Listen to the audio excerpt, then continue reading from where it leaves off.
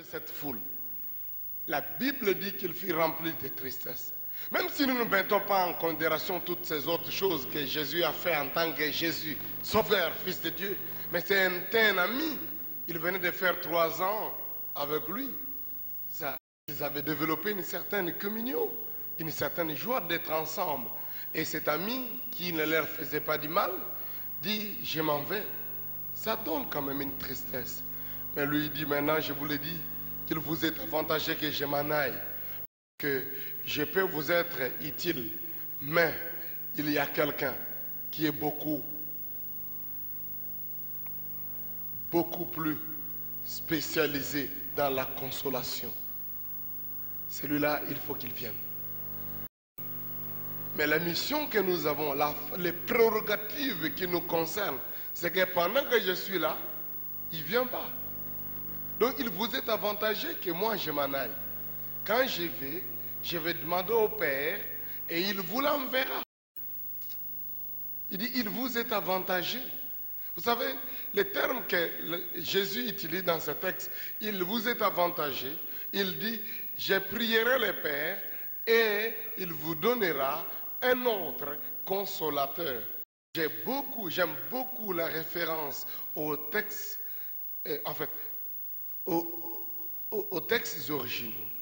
Ce texte-là dit quelque chose de particulier en ce qui concerne l'expression « un autre consolateur ». Il parle de « allos parakletos ». Donc, « allos parakletos », c'est l'un des mots, donc l'une des expressions fortes prononcées par Jésus. En fait, c'est l'une des meilleures façons d'expliquer la Trinité. C'est difficile parfois, les chrétiens parfois sont très allergiques quand ils entendent parler des mots Trinité parce qu'ils se disent qu'il n'y en a pas dans la Bible. Mais le fait est réel. Si Jésus a dit, le Père vous enverra un autre, allos, un autre. Le grec a 3 mots qu'on peut traduire par autre en français. Il y a 3 mots et donc, pardon, je voulais dire 3 mots. 2 mots importants qu'on peut traduire par autre. Il y a hétéros et allos. Hétéros, c'est un autre, mais d'un autre genre et complètement différent. Mais allos signifie un autre exactement comme moi.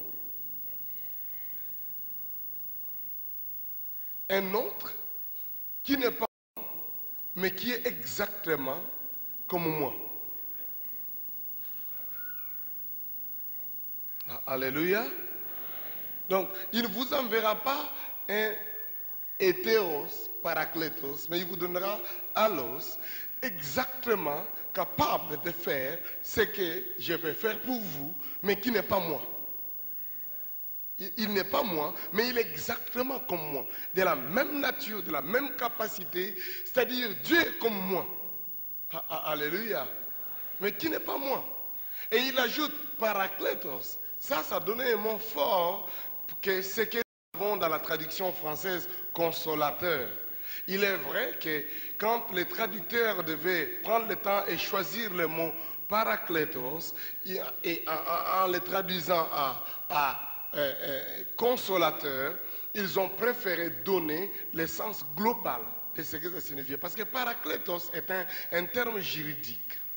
C'est un terme juridique chez les Grecs qui expliquait un fait, un phénomène, une réalité que les gens avaient lorsqu'ils étaient en temps de difficulté, de troubles et qu'ils voulaient se défendre, par exemple qu'ils étaient appelés à la cour, ils avaient besoin d'être accompagnés de quelques autres personnes qui vont un peu les encourager. C'est du genre de ce que nous avons à partir de la traduction latine, le terme avocat.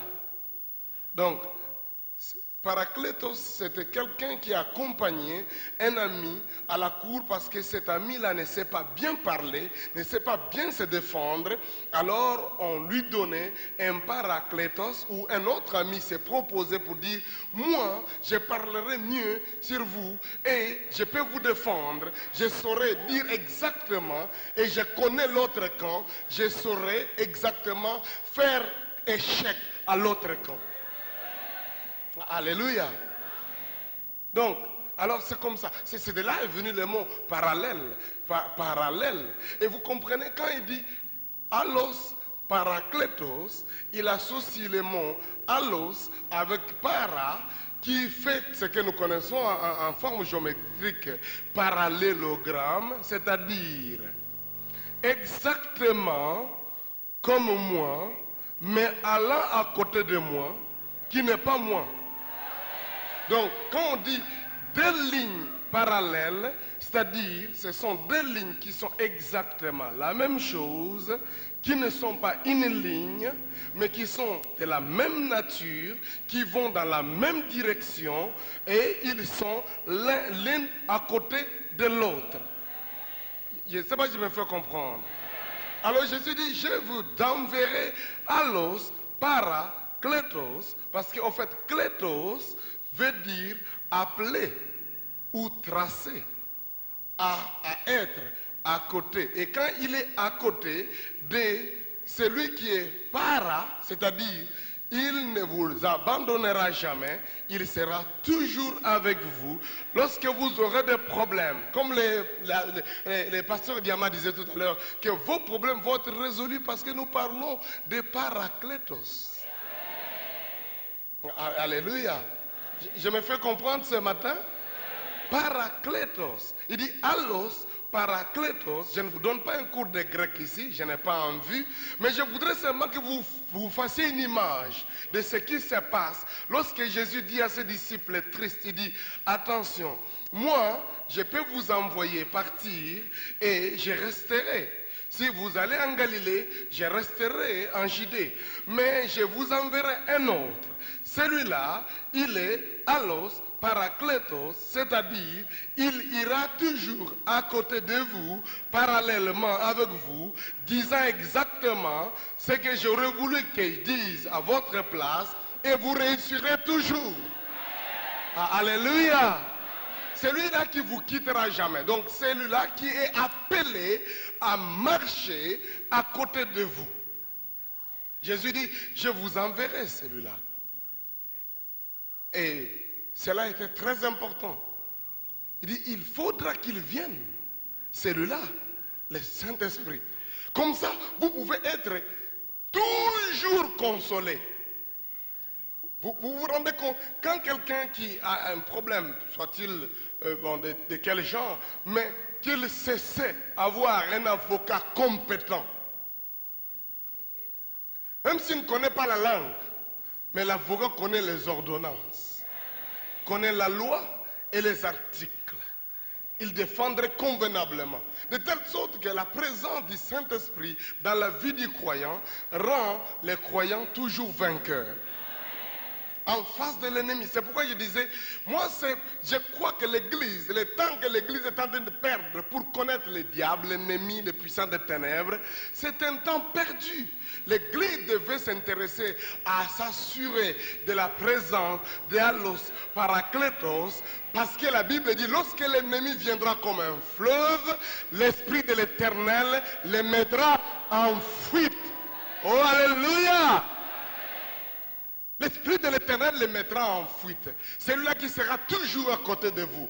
Lorsque l'ennemi qui vient avec vous à la cour, il se présente et quand il vous regarde vous seul, il dit bon, celui-là je vais l'achever.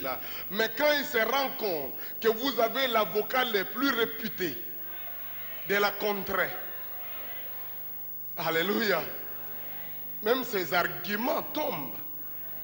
Parce que vous avez l'avocat le plus rodé. Il connaît. Il est là à côté de toi. Lorsque on te demande, monsieur Sony, lève-toi pour parler. Et puis toi, tu fais seulement les signes. Il dit, bon, tu te lèves et puis tu dis à l'avocat. C'est ce que Jésus voulait dire. Que lorsque vous serez en jugement, vous ne vous faites pas de problème. Parce que alors, Paraclétos parlera à votre place. Je me fais comprendre ce matin.